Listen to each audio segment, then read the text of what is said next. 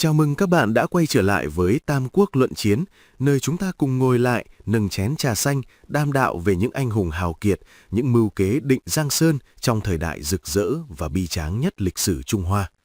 Mở đầu, thiên tài lộ diện. Trong kỳ trước, chúng ta đã chứng kiến sự xuất hiện của một quỷ tài xuất chúng, Quách Gia, Quách Phụng Hiếu. Một người mà Tào Tháo đã phải thốt lên rằng, người giúp ta thành đại nghiệp, tất là người này. Nhưng chỉ mới bắt đầu ở vị trí quân sư, làm thế nào để một kẻ tuổi trẻ tài cao như Quách Gia có thể thuyết phục được dàn võ tướng lão luyện và những mưu sĩ kỳ cựu như Tuân Úc, Trình Dục? Hôm nay, chúng ta sẽ bước vào giai đoạn rực rỡ nhất của sự nghiệp của Phụng Hiếu, hiến kế quét sạch Trung Nguyên. Đây không chỉ là những cuộc điều binh khiển tướng thông thường, mà là một ván cờ tâm lý, nơi Quách Gia dùng mưu phạt tâm để định đoạt vận mệnh của cả một phương trời. Trước khi đi sâu vào những mưu kế quỷ khốc thân sâu này, các bạn đừng quên nhấn like, đăng ký kênh và bật thông báo để không bỏ lỡ bất kỳ trận chiến cân não nào trên Tam Quốc Luận Chiến nhé. Chương 1. Thập thắng thập bại, bản tuyên ngôn của bậc thiên tài. Bối cảnh, ngàn cân treo sợi tóc. Sau khi chiếm được Từ Châu, thành thế của Tào Tháo ngày một lớn. Tuy nhiên, ở phía Bắc, con hổ vùng Hà Bắc là Viên Thiệu vừa tiêu diệt Công Tôn Toản, sở hữu 4 châu rộng lớn, U, Tịnh, Thanh, Ký, binh hùng tướng mạnh, lương thảo vô tận. Lúc bấy giờ, nội bộ quân Tào vô cùng hoang mang.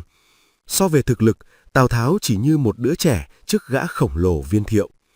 Chính lúc ý chí của quân đội dao động dữ dội nhất, Quách Gia đã đứng dậy đưa ra bản luận thuyết bất hủ, thập thắng thập bại, 10 điều thắng, 10 điều bại.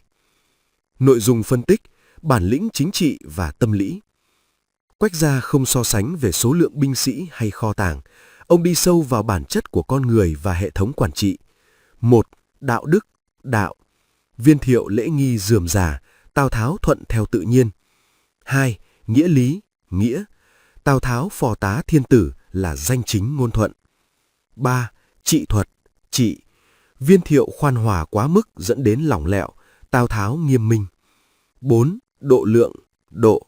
Viên Thiệu ngoài mặt khoan dung nhưng trong lòng đố kỵ, Tào Tháo dung người không nghi. 5. Mưu lược, mưu. Viên Thiệu hay do dự, Tào Tháo quyết đoán. 6. Đức hạnh, đức. Viên Thiệu thích hư danh, Tào Tháo chuộng thực tế. 7. Nhân ái, nhân.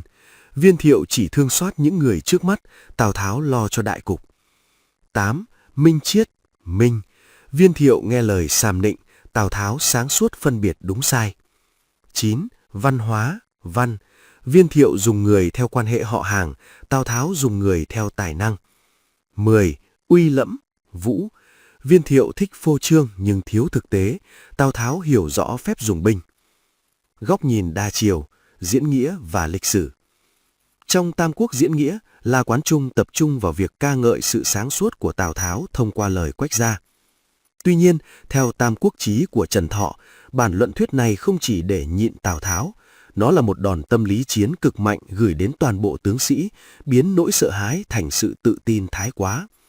Quách Gia đã nhìn thấu điểm yếu chí tử của Viên Thiệu, chính là sự thiếu quyết đoán. Chương 2. Nhất tiễn hạ song điêu, kế định Từ Châu, trừ khử Lã Bố. Sự lựa chọn sinh tử. Trong khi Viên Thiệu còn đang mải mê củng cố phương Bắc, Tào Tháo đứng trước hai ngã đường, đánh Viên Thiệu ngay lập tức hay quay sang tiêu diệt Lã Bố ở Từ Châu để trừ hậu quả. Đa số các tướng đều sợ rằng nếu đánh Lã Bố, Viên Thiệu sẽ đánh úp Hứ Đô. Nhưng Quách Gia lại nói rằng Viên Thiệu là kẻ tính chậm, đa nghi, sẽ không hành động nhanh đâu.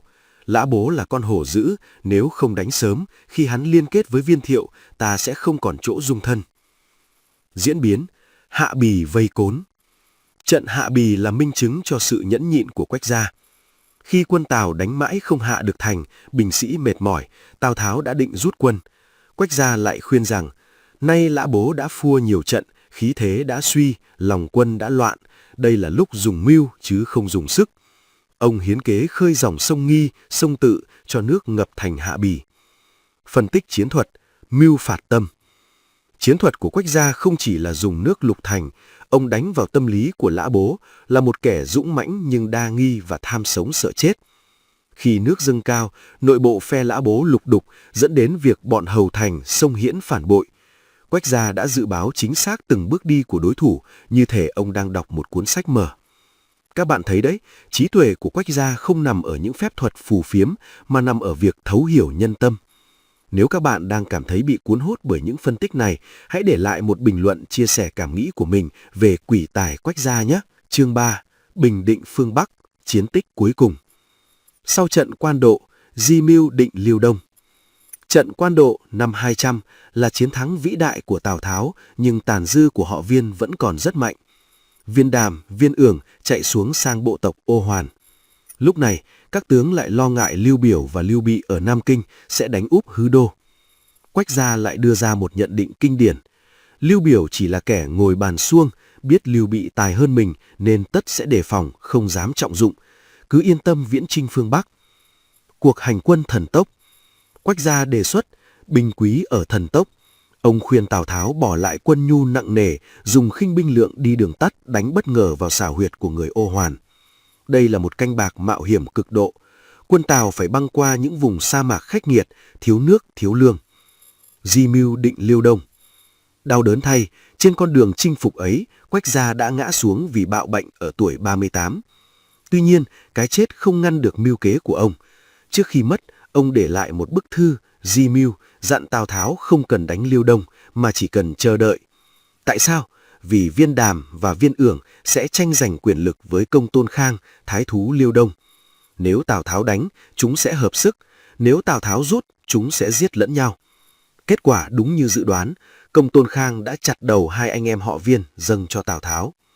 Phần bình luận chuyên sâu, tại sao Quách gia là duy nhất? So sánh diễn nghĩa và lịch sử. Trong Tam Quốc diễn nghĩa, Quách gia được miêu tả như một vị thần toán, nhưng trong lịch sử, giá trị lớn nhất của ông là khả năng dự báo tâm lý, psychological profiling. Ông hiểu Viên Thiệu là kẻ nhát gan nhưng thích làm lớn. Ông hiểu Lã Bố là kẻ có dũng không mưu. Ông hiểu Liều Biểu là kẻ đa nghi nhưng thiếu quyết đoán. Nếu như Quách gia không chết sớm, đây là câu hỏi lớn nhất của lịch sử Tam Quốc. Chính Tào Tháo sau thất bại cay đắng tại Xích Biểu đã gào khóc rằng nếu có Phụng Hiếu ở đây, ta đâu đến nỗi này. Nếu có Quách gia, có lẽ ông sẽ nhìn ra kế khổ nhục của Hoàng Cái hay kế liên hoàn của Pòng Thống.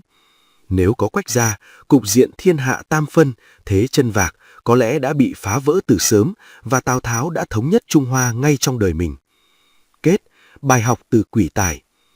Quách gia Phụng Hiếu ra đi khi tài năng đang ở độ chín nhất, để lại một khoảng trống không thể lấp đầy trong lòng Tào Tháo và trên vũ đài chính trị Trung Nguyên. Bài học nhân sinh, từ câu chuyện của Quách gia, chúng ta học được rằng sức mạnh của trí tuệ không nằm ở cơ bắp mà nằm ở sự thấu hiểu. Trong bất kỳ cuộc chơi nào, kẻ hiểu rõ đối thủ hơn sẽ là kẻ nắm phần thắng. Đồng thời, nó cũng nhắc nhở chúng ta về sự khắc nghiệt của số phận, tài năng đến đâu cũng không thắng nổi mệnh trời và sức khỏe. Cảm ơn các bạn đã theo dõi tập 2 về Quách gia trên kênh Tam Quốc Luận Chiến. Nếu thấy hay, hãy like và chia sẻ video này để ủng hộ chúng mình ra tiếp tập 3 về những mưu sĩ khác nhé. Xin chào và hẹn gặp lại trong những trận luận chiến tiếp theo.